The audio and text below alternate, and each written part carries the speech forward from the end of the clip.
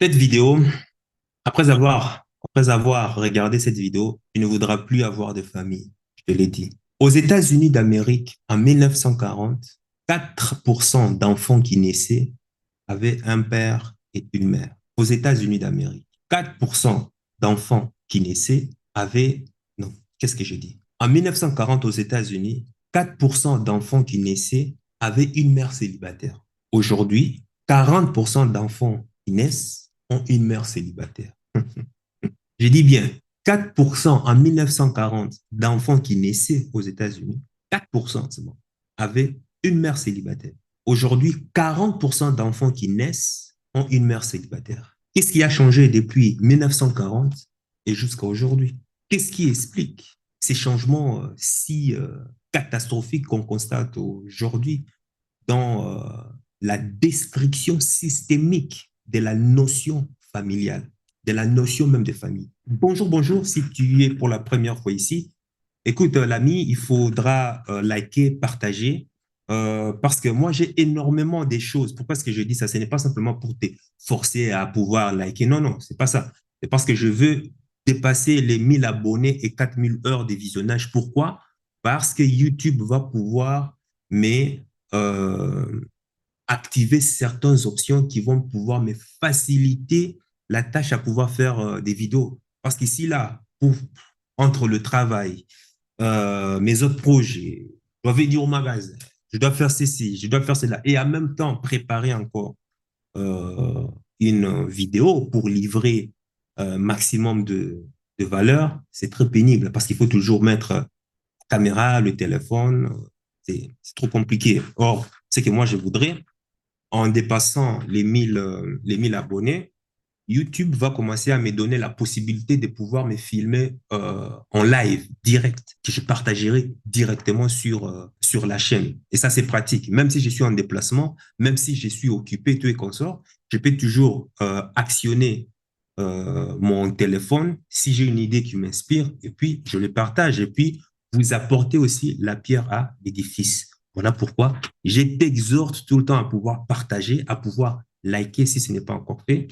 Et dans la barre de description, si vraiment changer ta vie est quelque chose qui t'inspire et quelque chose qui parle, quelque chose qui te donne de la niaque, tu as plusieurs liens dans le commentaire qui va te euh, permettre justement de te guider. Ce n'est pas une recette miracle, mais en tout cas, c'est comme une espèce de map, comme une espèce de map par rapport à un objectif que tu veux avoir, que ça soit pour obtenir des abdos fessiers, des abdos musclés, que ce soit pour avoir un ventre plat, que ce soit dans tes objectifs business, compétences, peu importe. Regarde dans la barre de description, tu as tout ce qu'il faut.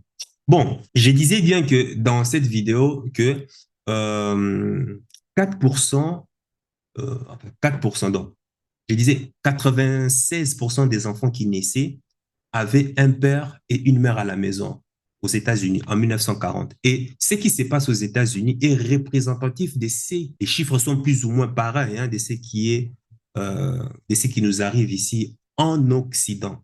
Donc 4% d'enfants qui naissaient avaient une mère célibataire. Donc ça veut dire que 96% des enfants qui naissaient avaient des parents, avaient des parents, papa et maman.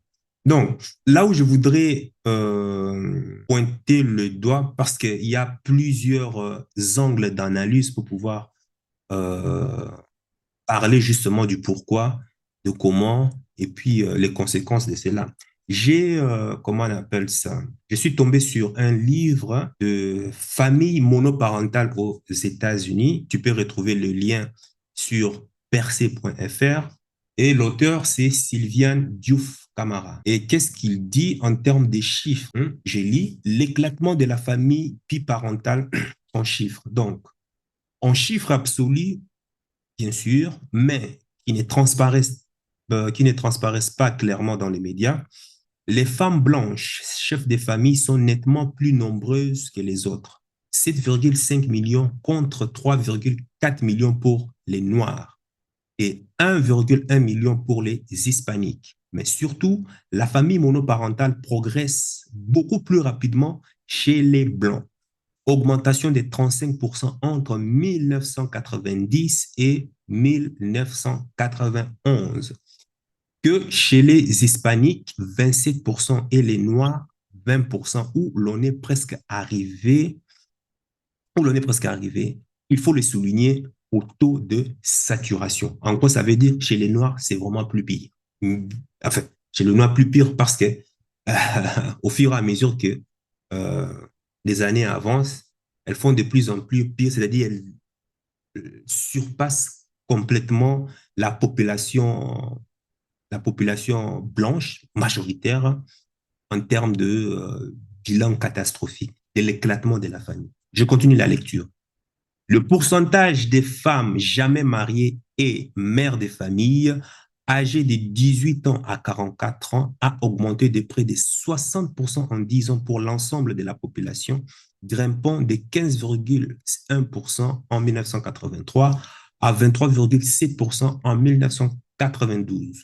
Au cours de la même période, ce taux est passé chez les femmes blanches de 6,7% à 14,6%, soit une progression de 118%, tandis que il s'est accru de 46% pour les femmes hispaniques, de 22,6% à 33% et seulement 14% pour les Noirs, de 48,8% à 55,5%. Aujourd'hui, 70% des enfants noirs sont illégitimes, alors qu'ils étaient 23% il y a 30 ans. D'après le Census Bureau, Characteristic of the Black Population, 1995, ces taux n'est toutefois pas révélateur d'une forte progression, mais s'explique par la diminution du nombre d'enfants par couple marié noir. Chez les Blancs, en revanche, le pourcentage d'enfants illégitimes est passé de 2% à 17%, soit une augmentation fulgurante de 750%. D'autre part, là, je continue l'article, la conséquence économique, la conséquence des bouleversements économiques et culturels. Les sociologues avancent plusieurs théories économiques et culturelles pour expliquer ces phénomènes. Le chômage ou l'érosion des salaires masculins. Écoutez bien ce qu'ils disent. Hein. Le chômage ou l'érosion des salaires masculins. En gros, les hommes ne gagnent pas assez, au fait. On continue, ça c'est l'auteur qui le dit. Moins 10% pour les hommes blancs et moins 8% pour les hommes noirs depuis 1979. Donc, ça veut dire que c'est simplement que les salaires des hommes ont baissé voilà, par rapport à celles des femmes. Pourtant, on nous dit sans cesse patriarcat, patriarcat, patriarcat. Mais bon, bref, continue. Le chômage ou l'érosion des salaires masculins rendrait les hommes moins attractifs et moins disposés à tenter d'assumer des responsabilités qu'ils ne peuvent plus tenir. C'est l'auteur qui l'a dit. Donc, parce que l'homme n'a plus assez de pouvoir d'achat, pour les auteurs, pour cet auteur en tout cas, enfin, d'après les experts, ils prétendent que les hommes fuient leurs responsabilités. C'est ce qui explique justement l'éclatement de la famille. Ça, c'est du n'importe quoi. Désolé. Ce que les auteurs aussi oublient en tout cas de mentionner, c'est quoi? C'est qu'à partir du moment où l'État se porte garant, à partir du moment où le niveau, le pouvoir d'achat de la femme augmente, qu'est-ce qui se passe? C'est ça qu'on oublie de nous dire ici. Ça n'a rien à voir avec les hommes qui fuient. Certes, il y a toujours des hommes, mais je parle de la majorité. On a déjà vu ici sur cette chaîne. Maintes fois, c'est justement l'hypergamie, les amis, l'hypergamie. Si à une époque reculée, en Occident en tout cas, parce que chez nous en Afrique, la femme a toujours travaillé, en tout temps. La femme a toujours travaillé. Je crois même partout, hein, mais en tout cas, bon, bref. En tout cas, la femme a toujours. Si dans un passé reculé, la femme ne travaille pas, le peu que l'homme avait, arriver à subvenir à tous les besoins de la famille. Donc, forcément, la femme qui n'a rien, face, enfin, pas qui n'a rien, la femme qui n'a pas de salaire face à un homme qui apporte quelque chose pour subvenir aux besoins de la famille. Donc, l'hypergamie de la femme est waouh, quoi, parce que c'est l'homme provider. C'est lui qui pourvoit aux besoins de la famille. Et moi, je lui facilite la tâche pour m'occuper d'autres. Attention, s'occuper de la maison, s'occuper du foyer, ce n'est pas, c'est un travail plus qu'un travail à temps plein, quand on sait bien le faire. Et d'ailleurs, moi, je suis pour pouvoir justement récompenser les femmes au foyer qui font un travail exceptionnel, mais à condition de le faire bien et d'élever des enfants qui seront des génies et d'élever des enfants qui apporteront justement un plus à la société. Pour ça, moi, je suis d'accord, hein, mais pas des femmes là qui font des trucs à moitié, ils profitent des aides pour pouvoir faire des bêtises à la con sur des réseaux sociaux et autres. Non, ça, moi, je suis pas d'accord avec ça. Quand tu le fais très bien, alors là, c'est novateur. Donc, maintenant, à partir du moment où cette même femme commence à avoir le même salaire avec l'homme moyen, en général, qu'est-ce qui se passe? L'hypergamie de la femme augmente. Alors. Et dit l'homme qui voyait là avant et tu es consort si séduisant, si attractif, mais à partir du moment où il touche, j'ai le même salaire que toi, tu n'apportes pas plus que moi, qu'est-ce que je veux foutre avec toi? Ça, c'est purement occidental, là, ça n'a rien à voir avec l'Afrique. Ces concepts dont j'explique là, c'est le paradigme occidental. Dans les sociétés traditionnelles, ça ne se passe pas comme ça. Donc, la femme qui s'est dit, non, tu dois amener plus que moi. Tu dois amener plus que moi. Si tu n'amènes pas plus que moi, désolé, qu'est-ce que je vais faire avec toi? Donc, elle commence à toucher 10 000, elle commence à toucher 15 000, elle veut un homme qui veut 50 000, elle veut un homme qui veut 100 000. La dégénérescence. Et c'est ça qu'on oublie. C'est ce que les auteurs, les experts, en tout cas, d'après ce que je suis en train de lire, oublient d'omettre. Et ils disent que le chômage et l'érosion des salaires masculins rendraient les hommes moins attractifs. Non, c'est l'hypergamie des femmes qui fait que les hommes qui gagnent à peu près le même salaire ou moins des salaires qu'elles, mais désolé, l'homme n'est pas attractif l'homme n'est pas attractif pour la femme à salaire égal. Je continue la lecture. Bon, maintenant, si tu trouves une autre explication, va dans la page commentaire parce que moi, je voudrais bien aussi lire ton ressenti. Je vais de toute façon mettre cette lecture, la page, comme ça, tu pourras aussi lire. Parallèlement, la situation économique des femmes s'étant améliorée dans les mêmes proportions que celle des hommes, mais en sens inverse. Elles ne rechercheraient plus la sécurité financière dans le mariage. Ah, ils disent que la situation des femmes s'étant améliorée, elles ne chercheraient plus la sécurité financière dans le mariage. Alors, qu'est-ce qu'elles recherchent? Parce que d'après la biologie, la femme, la stratégie de reproduction de la femme, comme je l'ai toujours dit, est double. D'une part, elle a besoin des gènes de la part de l'homme, le mâle, la bête, bon, les Américains le disent, l'homme alpha, j'aime pas tellement, bon, l'homme de grande valeur, elle a besoin des gènes de la part de l'homme de grande valeur pour pouvoir se reproduire afin d'avoir des enfants solides, des enfants à bonne santé qui vont pouvoir survivre dans la nature. Et la deuxième stratégie est que elle veut transformer cet homme de grande valeur qui a plusieurs options avec d'autres femelles. Elle veut transformer cet homme en homme de faible valeur pour pouvoir avoir de lui assistance et protection, chose qui ne concorde pas. S'il n'arrive pas à avoir assistance et protection de la part de l'homme de grande valeur, mais quand même, il voudra justement lui donner, voudra se reproduire avec lui, avoir un enfant de lui, et puis aller maintenant trouver un homme bêta, un homme de faible valeur, qui va pouvoir élever l'enfant qu'elle porte de l'homme de grande valeur, ou bien l'homme alpha, comme certains le disent. Et c'est l'homme bêta, en général le père adoptif, qui va pouvoir élever cet enfant. Et tout est consort. Jusqu'à arriver à un certain âge, maintenant ça dépend, maintenant, jusqu'à arriver à un certain âge, et après, dès que l'enfant est indépendant, qu'est-ce qu'elle fait? Divorce. Divorce pourquoi? Pour retourner maintenant sur le marché de la sédition, le marché de la célibat, en espérant justement trouver encore cet homme-là de grande valeur afin de pouvoir mettre la main dessus. Et c'est là que la réalité maintenant les attrape parce que le marché du célibat, c'est très costaud, hein? C'est très costaud. C'est là où la désillusion se forme. Parce qu'elles doivent maintenant compétir maintenant avec des jeunes. Elles doivent maintenant compétir avec celles qui n'ont pas d'enfants. Et on sait déjà une femme qui a déjà un enfant par rapport à une femme qui a d'enfants, ce n'est pas la même valeur. Et à plus forte raison, une femme qui a parcouru trop de kilomètres sexuels par rapport à une autre qui n'a pas assez de body count élevé, c'est pas pareil. Mais bon, ça, c'est encore une autre chose.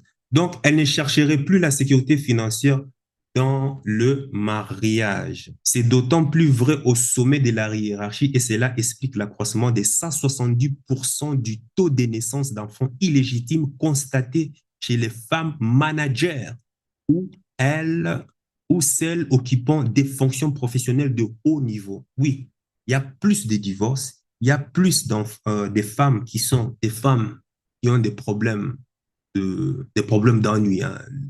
Moi, je parle des problèmes du progressisme, problèmes d'évolution. C'est les femmes qui ont des hauts salaires. Pourquoi? Parce que les attentes sont élevées. Les attentes sont élevées. Elles oublient la biologie, elles oublient la nature. Peu importe, c'est pas parce que tu touches énormément d'argent que tu vas vouloir prétendre avoir aussi l'homme, tu vas pouvoir prétendre avoir l'homme au statut plus élevé. Or, arrivé au haut, au sommet des sommets, il n'y a pas assez d'hommes. Le peu d'hommes qu'il y a, mais allez voir, hein. Écoute, moi, ce que je t'ai dit ici, moi, tu vois, je partage avec toi des documents, je partage avec toi des statistiques. Va voir.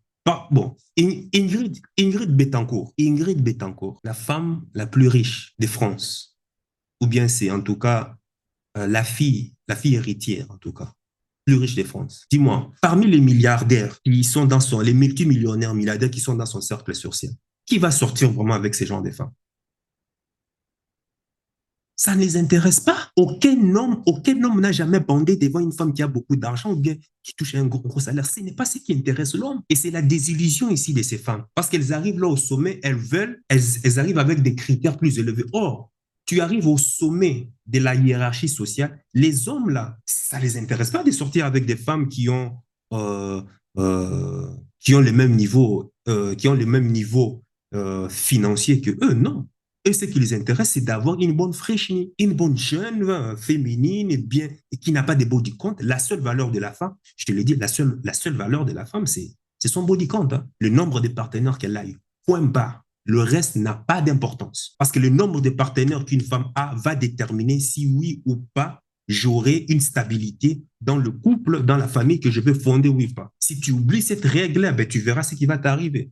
Et on t'a dit déjà, 40% d'enfants qui naissent aujourd'hui ont une mère célibataire. Où sont partis les pères? Mais maintenant, attention, il ne faut pas tout mettre dans le même panier. Il y a des bonnes femmes qui sont tombées sur des connards aussi.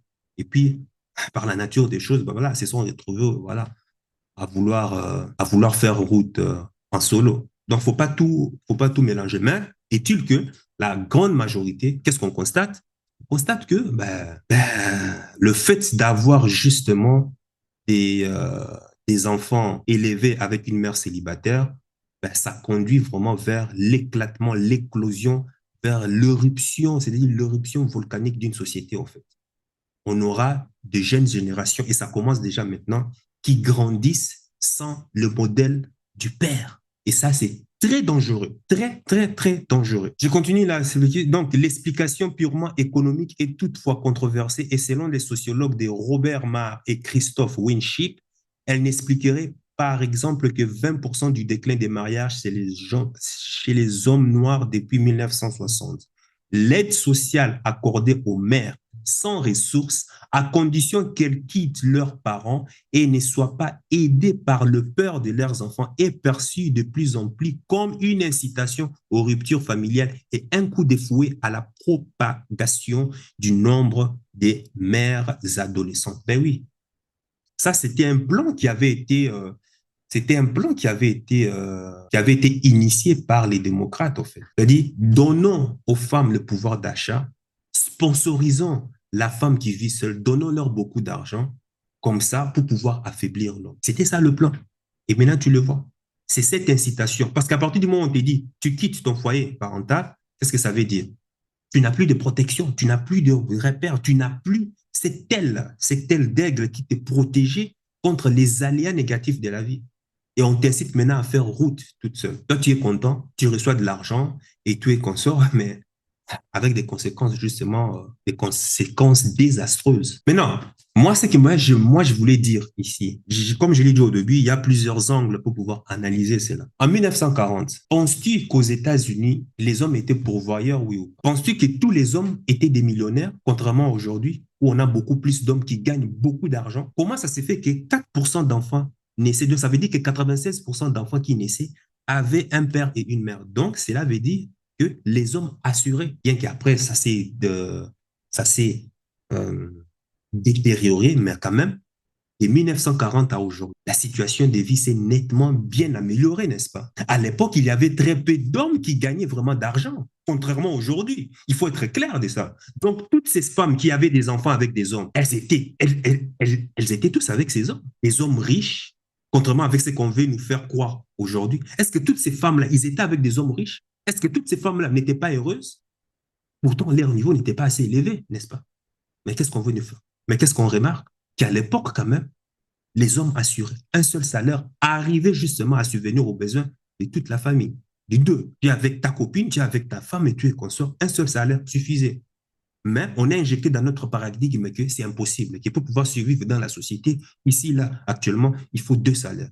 Et c'est faux. Tout est dans le mental, ami. Pourquoi tous ces couples en 1940 fonctionnaient mieux qu'aujourd'hui, alors que notre époque actuelle, en 2023, non, je vais dire 2024, on n'a jamais, je l'ai dit, on n'a jamais gagné autant d'argent que le monde est connu. Le monde actuel que nous connaissons aujourd'hui n'a jamais fait autant d'argent que des siècles passés. On n'a jamais eu autant de vies faciles qu'auparavant ici en Occident, que les années passées. Et pourtant, quand tu vois par exemple aux États-Unis, quand tu vois la dégénérescence des mers, c'est les États-Unis, c'est le quartier général de la dégénérescence des mers. Nous avons aujourd'hui quel résultat? 40% des enfants qui naissent sont issus des mères célibataires. Aux États-Unis, hein, aux États-Unis. Et ce qui se passe aux États-Unis est représentatif de ce qui se passe en France. J'ai été cette semaine ici à Paris encore visiter, et puis, enfin, c'était pour faire des courses, mais en même temps, visiter aussi quelques biens immobiliers. Les amis, il y a des jeunes, j'ai dit, il y a des jeunes filles, il y a des jeunes filles qui habitent le sixième arrondissement, huitième arrondissement, dans des caves de quoi 8 mètres carrés, elles habitent à deux, dans des caves. Ces filles sont obligées, des étudiantes, hein, mais qui sont obligées d'aller se prostituer pour payer leur loyer. Une cave où tu payes quoi 1000, payer à deux, c'était 1400 € à Paris, sixièmement. Bon, c'est vrai que c'est un quartier un peu situé comme ça. Dans des caves, des jeunes, des bonnes filles, hein. Quand tu vois la fille, je suis sûr que la majorité des hommes n'auront jamais ce genre de filles comme copines. Parce qu'en termes de beauté, en termes de trucs, c'est même, hein, ce sont des prostituées et ce sont des étudiantes. Enfin, prostituées, elles sont obligées de se prostituer pour pouvoir gagner leur vie. En fait. Comment ça se fait? Donc, on est passé de moins d'un enfant sur 10 dans les années 40 à quasiment 4 enfants sur 10 actuellement qui naissent de mères célibataires. Et le comble dans tout ça, c'est que la majorité de ces mères célibataires ne se rendent même pas compte de comment la société les a manipulées, les a conduits sur le mauvais chemin. Hein? Aucune mère célibataire ne peut me dire qu'elle mène une vie facile. C'est faux. J'ai rencontré, moi, je suis parti visiter des biens immobiliers. J'en ai vu une là qui, tu sais, quand j'ai un contact facile, je parle avec des gens et tu es consort. Elle a, mais j'ai dit, mais comment tu peux habiter dans ces genres d'endroits, douzième arrondissement ou truc comme ça? Ben, c'est cher. Pourquoi tu vas pas? Ah non, au moins ici, j'ai la chance de pouvoir, pour sa fille, qu'elle aille dans de bonnes écoles, que si j'habitais dans le 94, dans le 96, bref, dans la périphérie de Paris. Ah oui, c'est pas grave. Mais dans des pièces, mais c'est vraiment, bon, elle pour elle, c'est bien, j'habite le 12e, c'est bon, par-ci, par-là, et tout consent. Mais de quelle manière? C'était un immeuble qui était à vendre. Et dans cet immeuble, il y avait, et moi j'ai dit, est-ce que c'est légal ça? Comment est-ce qu'on peut mettre un enfant et une femme, un enfant et sa mère dans une petite, mais j'avais mal. C'est des Françaises, hein, 100% Françaises, hein, des Blanches en plus. J'avais mal. On m'a l'agent immobilier dit que oui, c'est normal. Enfin, c'était pas pour moi. Hein. J'étais parti accompagner quelqu'un. Il dit que oui, c'est normal. C'est légal ici. Donc, voilà. Tant qu'il paye, tant que le propriétaire paye ses dus, voilà. C'est bon, quoi. Donc, aucune mère célibataire ne peut me dire qu'elle mène une vie facile. C'est faux. C'est faux. Si tu as fait déjà, si tu as fait l'expérience de la parentalité, quand j'ai demandé à la femme en question, mais et le père et tu es consort, bon, j'ai eu droit à la même réponse, hein, c'est toujours la faute du père, c'est toujours la faute du père, mais tu ne sauras jamais si c'est réellement vrai ou pas, tant que tu n'as pas entendu l'autre partie. Mais bon, bref, quoi qu'il en soit, mais elle me dit que c'est dur, en fait. C'est dur. La fille a 7 ans. Elle attend qu'elle grandisse et tu es consort dès qu'elle sera à l'âge de pouvoir être plus ou moins autonome et dès qu'elle espère qu'elle aura, comment on appelle ça, sa bourse pour pouvoir aller étudier quelque part, en ce moment-là, elle déménagera. Je dis, mais souffrance. J'ai dit, mais et en province, il n'y a pas moyen de trouver quelque chose. Ah non, moi je vais rester à Paris. Enfin, tu connais les femmes, Les Parisiens là avec les airs là, mais bon, bref. Euh, Elle m'a confirmé que c'est très dur. C'est des années, des années, des années de sacrifice. Donc, c'est dur d'être parent. La parentalité, déjà à deux, c'est déjà dur. C'est très, très, très, très, très, très dur. Mais être encore parent seul, c'est racine carrée de la souffrance. Cette charge émotionnelle que tu dois supporter. Rien que ça. La femme en question, c'est bien, tu habites au 12e, je sais pas, 12e ou 6e, je sais pas, elle habite au 12e ou 6e, parce qu'on a visité quand même plusieurs. Deuxième, sixième, c'est bon, tu es à l'Est, c'est des beaux quartiers, hein, très beaux quartiers, et tu es consort, mais à quel prix, quoi? S'il faut te confiner dans une pièce, quoi. En plus avec ton enfant. Je revois encore les deux jeunes filles. Présentables, hein? Tu les voyais sur une route aux Champs-Élysées, bien habillées, tu ne croirais pas que ces jeunes filles habitent dans des caves. Ah, moi, j'étais choqué, hein, moi, franchement, bon, choqué parce que, bon, voilà, j'habite en général dans la province, tous ces genres de trucs. Et ces genres des cas rares comme ça, des fois tu entends ça seulement à la télé. Et puis quand tu vois à la télé, ça ne te dit pas grand-chose parce que tu ne l'as pas vu et c'est quelque chose que tu n'as pas vécu. Donc ça ne fait aucun effet. Enfin, ça te fait aucun effet. Mais moi qui visite souvent des biens immobiliers, crois-moi ce que je vois. Je me souviens même une fois à Liège, on avait visité aussi, à Liège, c'est en Belgique, on avait visité un bien avec ma copine et on avait vu un couple, hein, un couple de noirs. Non, non, c'était un père avec sa fille noire, mais qui habitait au toit, mais dans des conditions vraiment, c'était incroyable. Et eux, ils n'étaient pas déclarés, quoi. C'était un building avec deux appartements, mais dans le building, le propriétaire dit que c'est trois appartements, mais le troisième appartement en haut n'est pas reconnu par la préfecture. Et ça, il louait ça en quelque sorte, on peut dire en black, en noir, à cet homme qui vivait avec sa fille. Un petit truc comme ça, délabré, des objets en lambeaux. J'ai dit, wow. Je dis, mais comment est-ce que tu... Bon, c'est une Européenne, tu es consort. Elle était surprise, tu vois, elle était vraiment surprise, elle était étonnée. Comment est-ce possible ça? Je dis, ben si, c'est comme ça. Moi qui ai l'habitude de faire, de voir des trucs, moi j'ai vu de pire. Ça, c'est la réalité, hein. C'est loin de ce que les journalistes à la con te présentent à la télé, alors que eux logent dans le sixième, douzième, tous les beaux quartiers de Paris, deuxième, troisième, du deuxième, du premier au vingtième arrondissement, ils dorment là, loin de la réalité, hein. Et puis ils viennent, ils prennent des bifs, trois, quatre articles à la con, on te la présente comme ça, oh, euh, pour pouvoir faire sensation. Non, non, non. Ici, ça, c'est la réalité. Tu vois à quel point, comment est-ce que les gens souffrent. Je disais, élever un enfant à deux, c'est déjà dur. Et quand tu es seul, ben, c'est encore pire encore. Surtout à cause de la charge émotionnelle. Tu es KO, mais tu n'as pas le choix. Il faut le faire. Il faut assumer l'éducation. Il faut assumer d'élever ton enfant. Il faut assumer de t'élever tard. Il faut assumer de t'élever même pendant la nuit parce que l'enfant a faim. Ou parfois, il tombe malade, tout et consort. Tu n'as pas le choix. Et quand tu es dans un foyer à deux, l'homme assure. Bon, en général, à deux, l'homme assure toujours le mauvais rôle. C'est lui qui doit mettre de l'ordre. C'est lui qui doit montrer la direction. C'est lui qui doit instaurer la discipline. Oui, c'est comme ça. Mais de l'autre côté, tu as la femme là, à côté, qui assure le bon rôle. Douceur, le réconfort, euh, le support hein, émotionnel, tout est consort, assuré et autres. C'est comme ça dans un couple, c'est toujours comme ça. Mais il arrive des fois aussi que le père et la mère changent des rôles. Tout ça pour pouvoir équilibrer l'enfant, équilibrer l'état psychologique de l'enfant. Parce qu'un enfant n'a pas besoin d'amour. Non, un enfant a besoin de discipline. Un enfant a besoin de repères. Il n'y a pas que l'amour. Tu lui mets que l'amour, l'amour, l'amour, l'amour à un garçon, ça sera un futur homme féminin et ça sera un rebut. Un rebut, c'est quelque chose qu'on jette à la poubelle, en fait. Aucune fille ne voudra d'elle. Ou bien on saura, ou bien, en tout cas, elle sera en tout cas l'objet de railleries, de moqueries, des femmes qui sont super féminines, quoi, en fait. Personne ne voudra de lui. Et ça, c'est ce que les mères célibataires oublient. Oh, je vais cajoler ma fille, mon fils d'amour, d'amour, d'amour. Non, tu es en train de détruire ton enfant. Tu es en train de l'émasculer. L'enfant, il faut la discipline. Parce que là dehors, là, la vie là dehors, là, c'est la jungle. La vie dehors, c'est la jungle. Il doit devoir compétir dans toutes les stades, que ce soit l'école, que ce soit dans la société pour trouver du travail, peu importe. Ce n'est même pas simplement les filles, mais il doit compétir avec d'autres hommes pour gagner sa vie. Mais pour ça, il doit prouver. Et pour pouvoir prouver,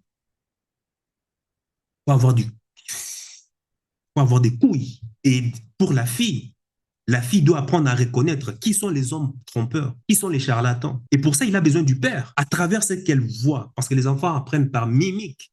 À travers ce qu'elle voit, comment est-ce que papa est en train de traiter maman, j'arriverai, moi, à déceler les hommes qui viennent me dire, oh, je t'aime, je t'aime, je t'aime, mais qui sont des fossoyeurs. Si papa n'est pas là, comment est-ce que j'arriverai à déceler ces genres de signaux? Donc, forcément, la fille, la jeune fille qui grandit sans papa n'a pas un modèle masculin. Forcément, tout homme à l'extérieur, que ce soit un charlatan, que ce soit un idiot, mais en costume, cravate, belle voiture, tout est consort, qui vient lui dire je t'aime, qu'est-ce que la fille fait?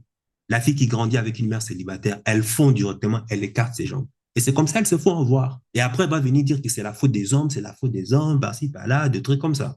Non, c'est pas la faute des hommes. C'est parce que tu n'as pas eu le repère. C'est parce que ta mère t'a enlevé. Ta mère t'a éloigné de ton père. Tu n'as pas ces modèles-là. Tu n'arrivais pas à voir quand papa se dispute avec maman, comment interpréter les signaux, comment tu interprètes tes émotions, ce langage corporel et autres. Quand maman est triste, regarde, papa se comporte ainsi. Tiens, ok. Donc, ça veut dire qu'elle est triste. Ah, quand papa est amoureux et autres, regarde, papa a dit ceci. Ah, son langage corporel, qu'est-ce qu'il dit et autres. C'est ça que l'enfant apprend. L'enfant, c'est pas ce que tu lui dis. L'enfant n'a rien à foutre avec ça. L'enfant regarde par mimétisme. Quand ton enfant tombe et autres, là, si tu paniques, qu'est-ce que tu es en train implicitement, le langage sous-jacent que tu es en train de communiquer à l'enfant, c'est quoi?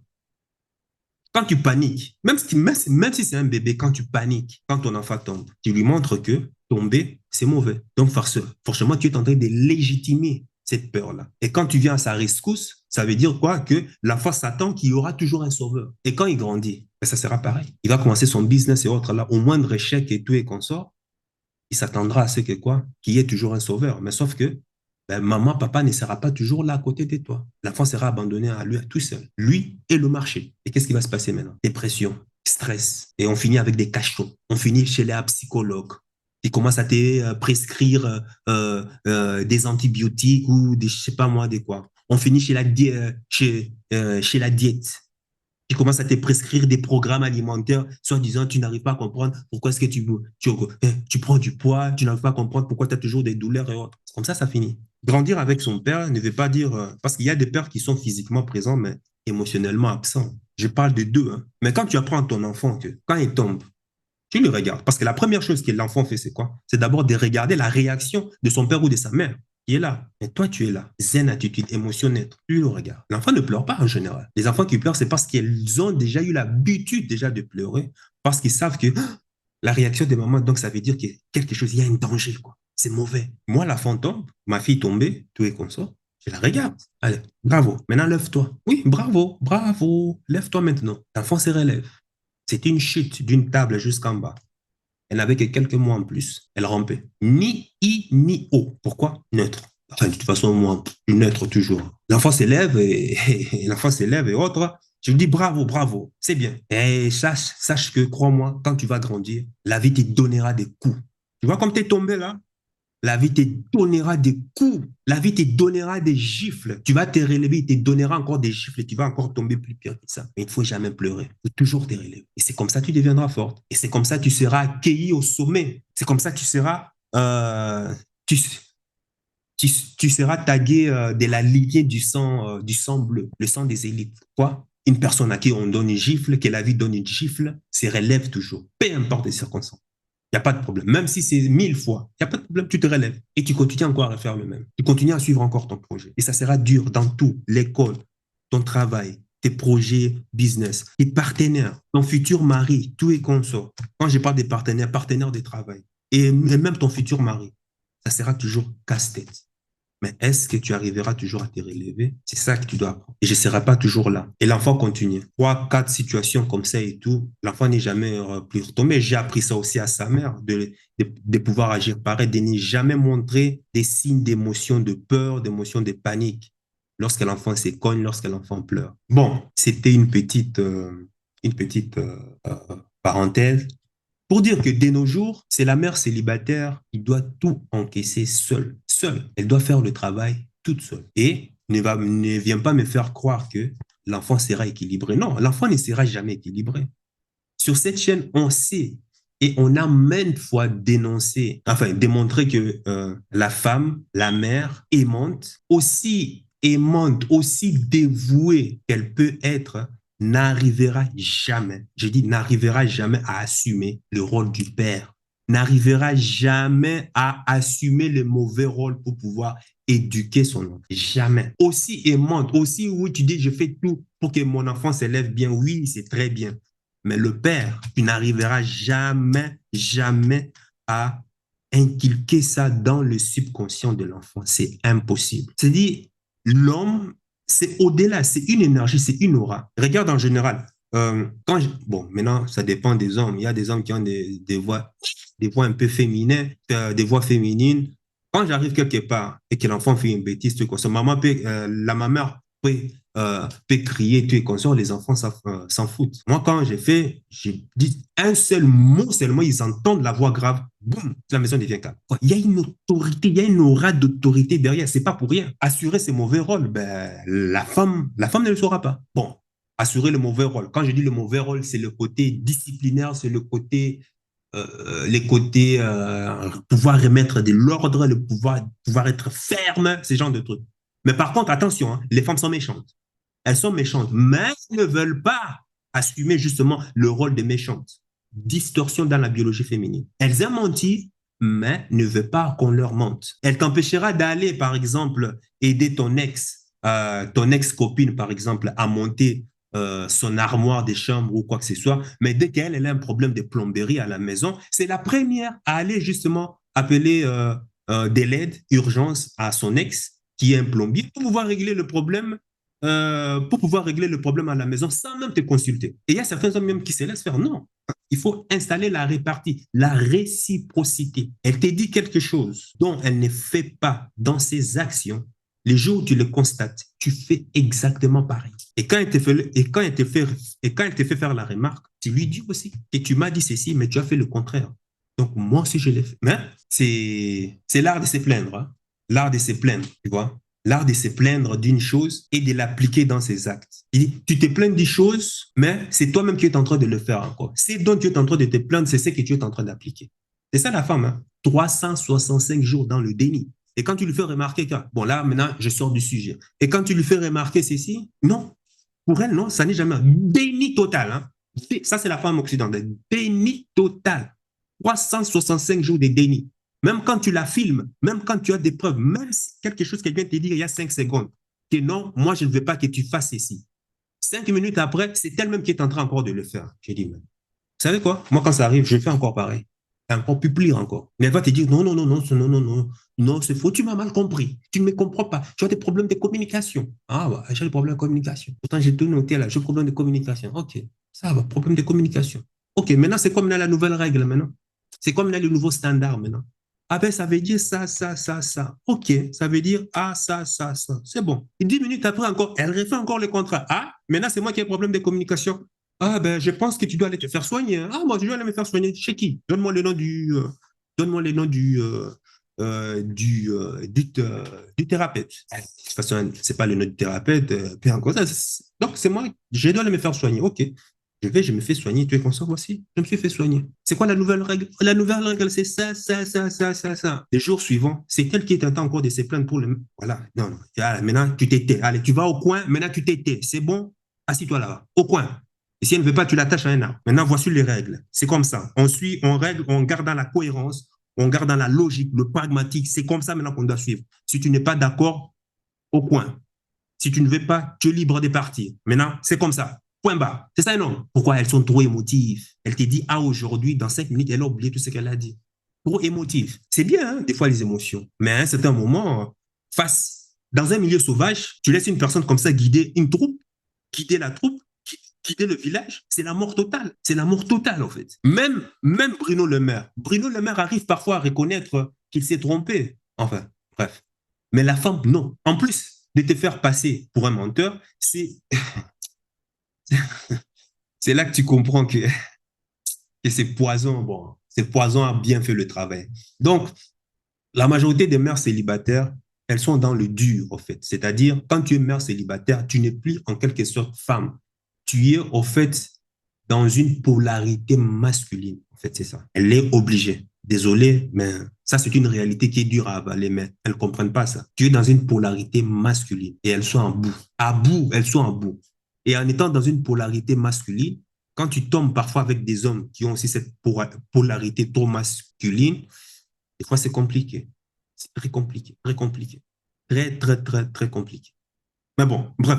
Mais en tout cas, c'est un poison. Et la conséquence, c'est ça, hein. L'une des conséquences, c'est la conséquence de la libération sexuelle. Les nouvelles idées introduites dans le cerveau. Hein, au nom de quoi? Tout ça au nom du progrès. C'est ça la liberté sexuelle. Au nom du progrès. Quand je dis toujours tout progrès, ne veut pas dire forcément amélioration des vies. Même le progrès a un prix. L'évolution même a un prix. Quel est le prix que tu veux payer? Elles veulent avoir accès au progrès, mais ne veulent pas payer le prix, non. Elles veulent aller au paradis, mais ne veulent pas mourir, non. Elles sont méchantes, mais ne veulent pas assumer qu'elle est méchante, non, non, non, non, non. Voilà, tout le temps dans le déni. En Suède, par exemple, on a poussé à fond la dégénérescence du féminisme. La Suède est un laboratoire à ciel ouvert.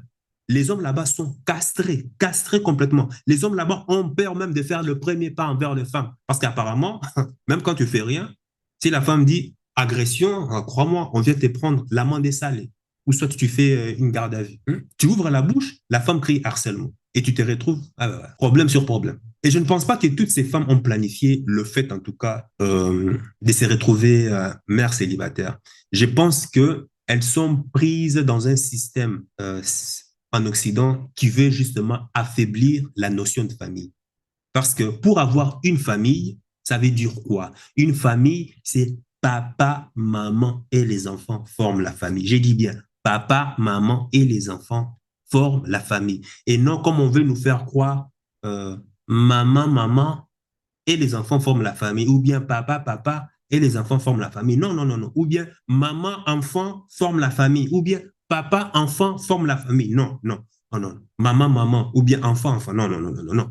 Papa, maman et les enfants forment la famille. C'est ça la famille. Papa, maman et les enfants forment la famille. Donc ça veut dire quoi? Qu'il y a un homme à la tête de la famille.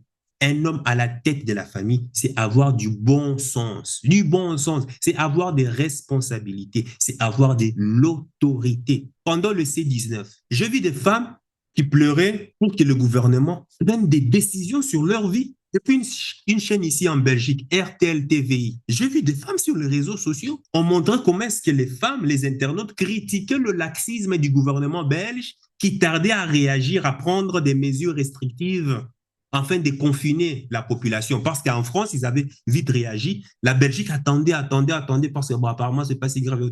Mais les femmes, il y a même certains hommes qui s'élevaient pour dire que, que fait le gouvernement? Ils disent rien, on va tous mourir par-ci, par-là. Regarde-moi ça. Est-ce que c'est ça un homme? C'est ça un homme au même moment en Afrique. C'est chaque père de famille qui faisait le nécessaire pour pouvoir mettre sa famille à l'abri.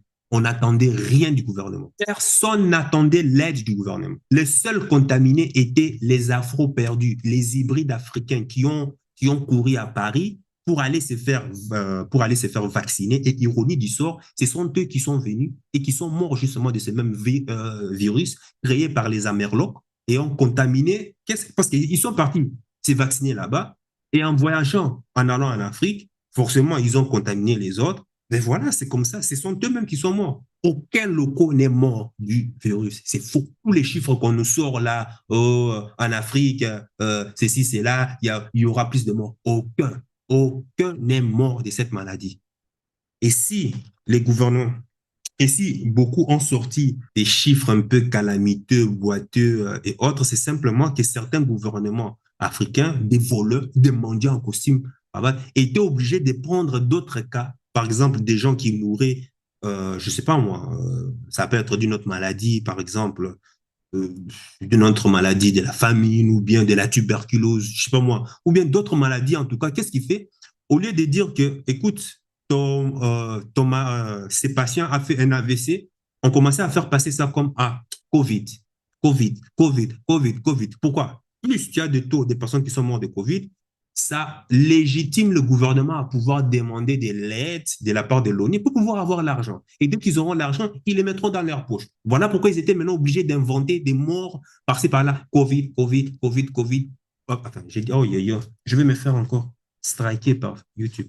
C19, ils étaient obligés, bon, C19, tu comprends. Ils étaient obligés de dire C19, C19. Même quelqu'un, c'est-à-dire des gens même qui partaient même tuer simplement comme ça Bon, comme ça, on lui met comment, dans les statistiques, c'est 19. Bon, maintenant, envoyez, on a atteint le quota, il faut nous envoyer des milliards de dollars, là, parce que nous aussi, on doit prendre des précautions ici, hein, pour pouvoir soigner nos patients. Et quand l'argent arrive, qu'est-ce qu'ils font? Ils mettent l'argent dans leur poche. C'est ça la mafia qu'il y avait là-bas. Mais sinon, personnellement, quoi, chaque père de famille disait, OK, ça, honnêtement, hein, c'est la maladie des Blancs.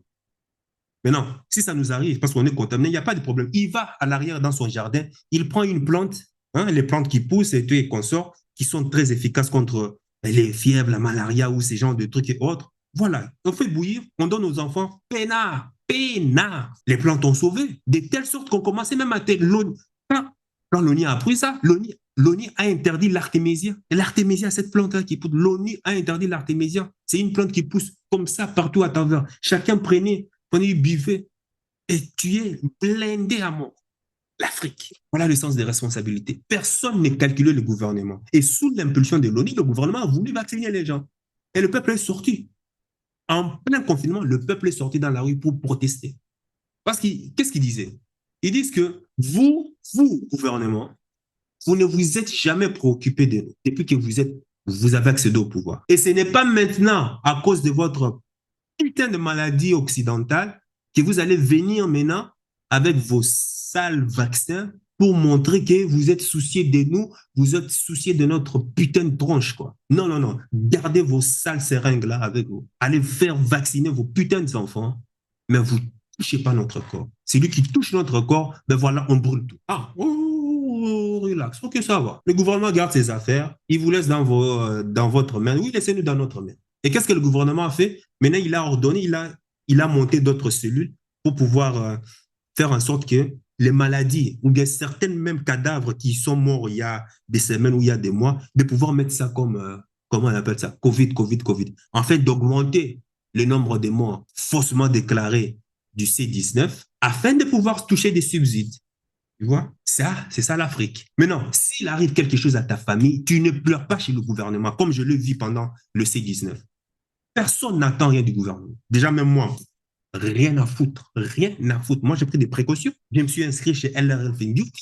J'ai pris l'aloe vera drink et gel et ça m'a blindé, ça m'a blindé. Il y avait tous les systèmes déstructifs nécessaires pour pouvoir lutter contre ces genres de fléaux. Et je n'ai rien eu. Il m'arrive des fois de tomber malade. Déjà, même une petite maladie, parce que simplement tu as une fièvre, on dit, oh, c'est le C19. Allez, docteur, arrête, arrête. Et je tombe rarement malade, rarement malade. Et quand je tombe malade, je suis une personne, je tombe rarement malade, mais quand je tombe malade, ça devient alarmant. Mais je sais que ça va passer. Mon corps va se battre. Arrêtez de me faire croire de trucs à la con là, parce que ma fièvre, j'ai plus de 38 degrés, donc ça veut dire que c'est le 16-19. Arrêtez des trucs comme ça. C'est bon. Or, en Occident, c'est la panacée de beaucoup des hommes. La santé, le bien-être de la famille, il va déposer ça dans les mains de qui? Du gouvernement. En Afrique, tout repose sur le chef de famille. Donc, tu ne vas pas accepter que ta femme et tes enfants aillent prendre du n'importe quoi pour se mettre pour s'injecter, je ne sais pas quoi, comme c'est vrai, parce que le gouvernement a dit non, tout le monde doit se faire truc, tout le monde doit se faire vacciner ou quoi que ce soit. Ah, non, non, non, non, non. Moi, ma famille, non. Toi, tu ne viens pas m'imposer ça dans ma famille. Et si ma famille ne veut pas obéir, ben, j'ai la chasse. J'ai la chasse. Je prends mes enfants, je m'en vais. Moi, mes enfants ne touchent pas à ces genres de saletés là. C'est ça le sens des responsabilités. Et les médias français ont menti. D'ailleurs, même les médias français ont menti sur les chiffres des personnes mortes du C-19 en France. Et ça a été prouvé qu'il y a eu des mensonges et manipulations. Pourtant, c'est toi toujours le premier, toi, qui es toujours le premier à aller accepter bêtement la prochaine info qu'ils diffusent et tu t'abonnes avec joie à leur flux d'informations. Tu es toujours le premier pour ça. Donc, tu comprends qu'on est en train de vivre dans un environnement où les hommes sont responsables de leur foyer, de leur maison, de leur famille. Tu ne peux pas faire du n'importe quoi. Tu ne peux pas manipuler ce genre d'environnement. C'est impossible. Or, en Occident, l'État-providence vient de dire comment toi tu dois te comporter et agir avec ta famille et enfants et qui dicte les règles de comment toi tu vas éduquer tes enfants, qui dicte les règles quand tu dois t'élever, quand tu dois faire l'amour avec tes enfants, avec ta femme, quand tu fais ceci, quand tu rentres à la maison, quand tu vas en congé. C'est l'État-providence qui fait tout. Donc, c'est normal. Il n'y a pas des hommes responsables en France, il n'y a pas des hommes responsables en Occident parce que c'est l'État qui dicte tout, qui dicte tout. Et comme l'État dicte tout, c'est tout à fait logique. Et tu as encore la série sur le gâteau, le féminisme. Ah bon, là, c'est coup de massue sur la tête de l'homme, quoi. En fait. Et une société comme ça, et des enfants qui grandissent dans une société comme ça, c'est fini. Ça sera des pelotons de la société que tu pourras manipuler à tort et à travers. Il y avait les gilets jaunes avant, comment est-ce que ça finit? Aujourd'hui, maintenant, il y a les agriculteurs, comment est-ce que ça va finir? Ils sont encore en train de répéter les mêmes erreurs que les gilets jaunes. Au lieu de tirer les conclusions, comment faire? Pourquoi je n'ai pas parlé de ça? Pourtant, c'est quelque chose que je voudrais parler, mais je vois qu'ils sont en train encore de refaire les mêmes bêtises que les gilets jaunes. Dans quelques semaines, ils vont abandonner, voire même quelques mois, peut-être ils vont encore abandonner. Mais tirer les leçons de ce que pourquoi est-ce que les gilets jaunes ont abandonné? Bon, c'est vrai, ils ont aidé là, mais ça, c'est ce qui a sauvé Macron. Les gilets jaunes ont abandonné à cause du Covid. Sinon, Macron ont montré. Macron était prêt à prendre la fuite dans un hélicoptère à l'Élysée. Il était prêt à prendre la fuite. Tu vois ce genre de gouvernement? C'est ce genre de président qui dirige la France. Hein. Il y a les gilets jaunes. Au lieu d'aller faire face, au lieu d'aller discuter, le gars était prêt à prendre la fuite dans un hélicoptère parce qu'il avait peur. Dans l'Élysée, dans son cercle, c'était déjà admis que non, désolé, mais ton gouvernement va tomber. Vaut mieux prendre la fuite et aller te réfugier en Angleterre. J'avais fait une vidéo sur ça. Regarde ces hommes de président. Et c'est ça que tu appelles président responsable. Et crois-moi, Macron, là, que tu vois, est représentatif des hommes qu'il y a en France. Hein. C'est ça. Déjà, Macron, pas de famille. Hein. Donc, ça veut dire qu'il ne connaît même pas l'essence, bon, responsabilité, mais l'essence de partage, diriger, connaître les besoins. Il n'a pas de famille. Il ne peut pas. Donc, il dirige la France comme son bon vouloir, au fait. Il n'a rien à foutre que tu le ressentes comment ou comment. Non, il dit, tant que c'est mieux pour lui, tant. C'est comme ça. Alors qu'on sait, quand tu as une famille, il y a des fois où tu mets d'abord tes propres problèmes en dernière position. Tu fais d'abord passer celle de la famille. Tu fais d'abord passer celle de tes enfants. Tu donnes d'abord priorité aux autres, au groupe et plutôt à toi-même. Mais Macron n'a pas ça. Et voilà ce que l'État profond veut. Veut qu'il y ait c'est-à-dire à la tête de chaque État, des gens qui qui n'ont aucune notion de famille. Pourquoi? Parce que quand ces gens-là dirigent, tout ce qui leur importe, quand on te dit de faire I, tu respectes. N'oublie pas que ce sont des serviteurs au service de l'État profond. Quand l'État profond dit Macron, vote-moi ça, ça, ça, ça, ça, ça. Macron ne va même pas réfléchir. Il va le faire, c'est tout. Parce qu'il ne connaît même pas c'est quoi le sens de famille. Et maintenant, prends ça maintenant à un niveau étatique. Tu vois que on est vraiment dans, dans un cocktail Molotov qui est vraiment prêt à exploser. Et déjà qui a déjà explosé. Tu vois. Mais dans les pays traditionnels, tu ne verras jamais ça. Et ce n'est même pas envisageable. Hein? Et un pays où la notion de famille est forte, il y a des hommes rationnels.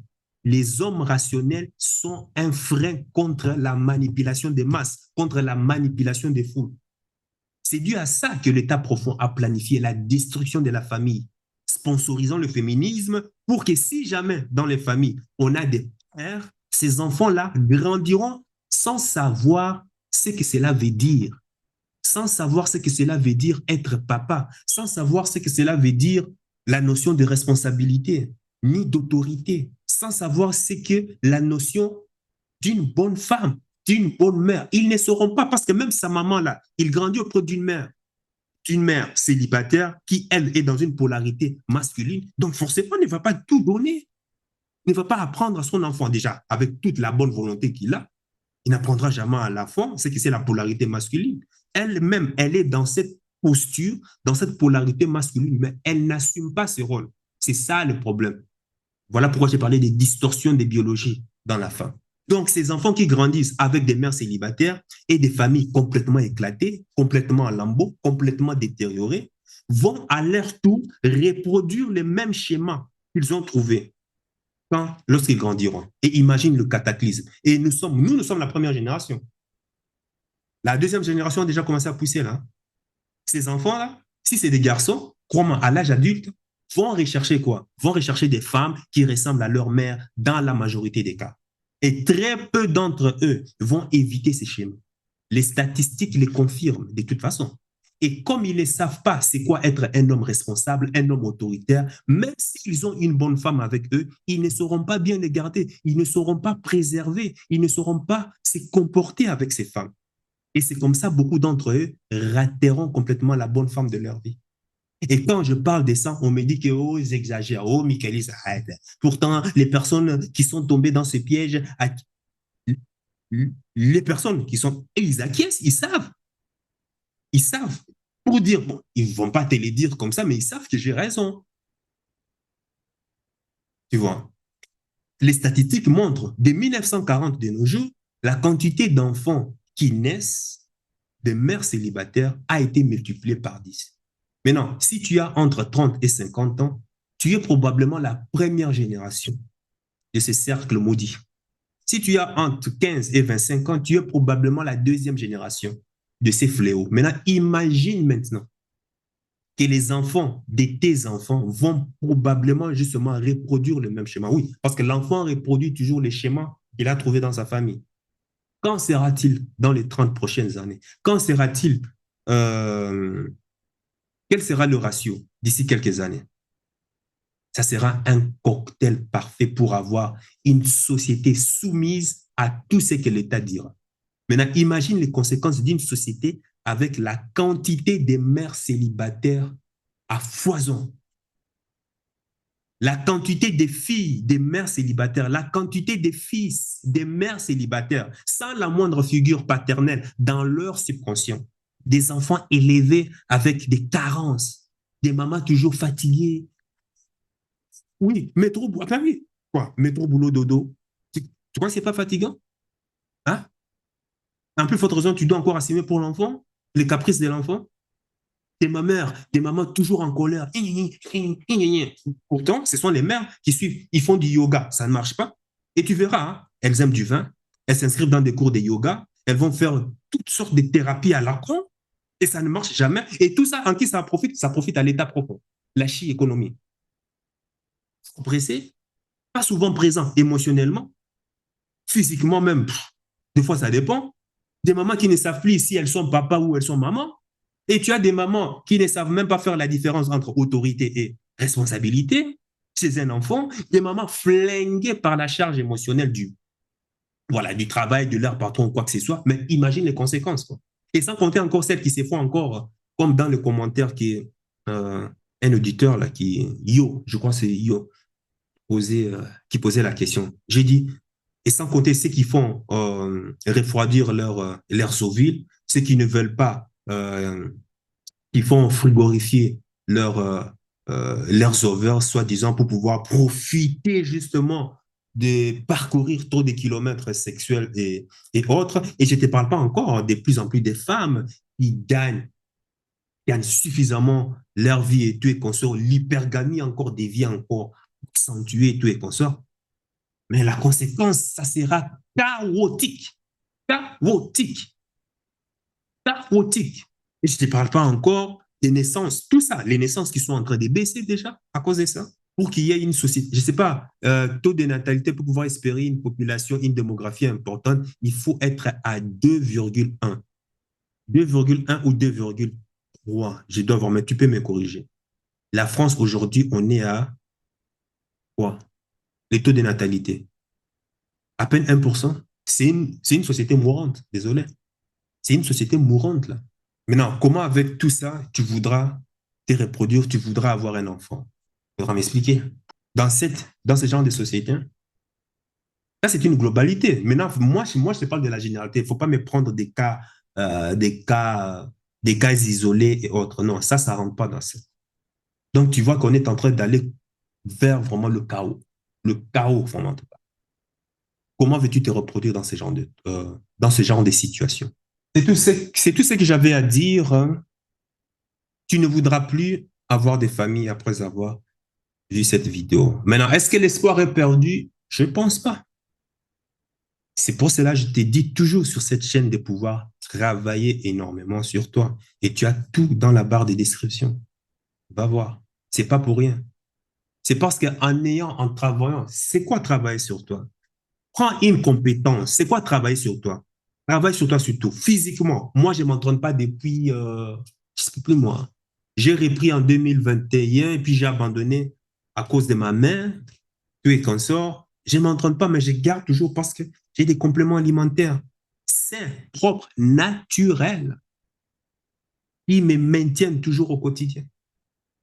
Mon ventre est toujours plat. Les gens n'en reviennent pas. Quand je leur donne mon âge, les gens sont toujours surpris.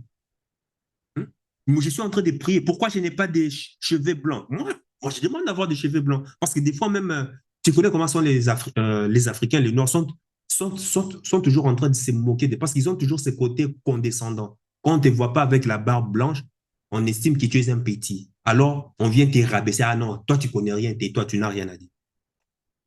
Voilà, je prie tout le temps, mais il faut me donner la barbe blanche là. Il faut que ça sorte. Comme ça, moi aussi, je me ferai respecter là. Pourquoi? Parce que j'ai mon enchaînement. Et encore, je suis en train de prier pour, bon, j'ai une ou deux barbes ici. J'ai prié tout le temps pour avoir la barbe blanche. Quand je te donne mon âge, tu ne vas même pas y croire. Tu ne vas même pas croire. Pourtant, les gens sont surpris, quoi. Ah, eh, mais, ça se fait ça. Ah, tu es exceptionnel. J'ai dit non, je ne suis pas exceptionnel. C'est faux. J'ai travaillé pour pouvoir maintenir un train de vie sain avec le peu de moyens que j'ai. Je ne suis pas non plus maniaque, mais je fais, parce que ça demande aussi, ça a un coût, bien sûr, mais je fais mon possible pour pouvoir vraiment maintenir un niveau de vie sain, en fait. Comme ça, on est à un niveau de vie sain et tu es consort en travaillant sur tes objectifs et autres. Ceci te met en lumière, ceci te met en avant pour pouvoir avoir des femmes de qualité. Encore, il faut voir aussi l'environnement dans lequel tu es. Et qui dit femme de qualité, qui dit euh, pouvoir perpétrer aussi ta génération future. Il y a toujours espoir, mais si tu veux avoir accès à des femmes de qualité, il faut être une femme de qualité. Ne sois pas comme ces femmes-là qui disent moi je veux l'homme, c'est ci, moi je veux l'homme, c'est ça, moi je veux un homme qui est ceci. Il fait une liste des 100 points, des 100 éléments, le critère d'un homme qu'elle veut, mais par contre, mais, euh, mais, mais par contre, salut, mais par contre, elle n'est pas prête à fournir d'efforts pour pouvoir être au niveau des exigences de l'homme qu'elle est en train de désirer. Tu vois que là, c'est compliqué. Voilà, c'est tout ce que j'avais à dire. Et puis toi, dis-moi dans les commentaires, apporte aussi ta pierre à l'édifice. Sur ce, sache que ton cœur sait déjà ce que ton cerveau essaie de comprendre. Suis la voie de ton cœur. Il connaît déjà le chemin. Ciao, ciao.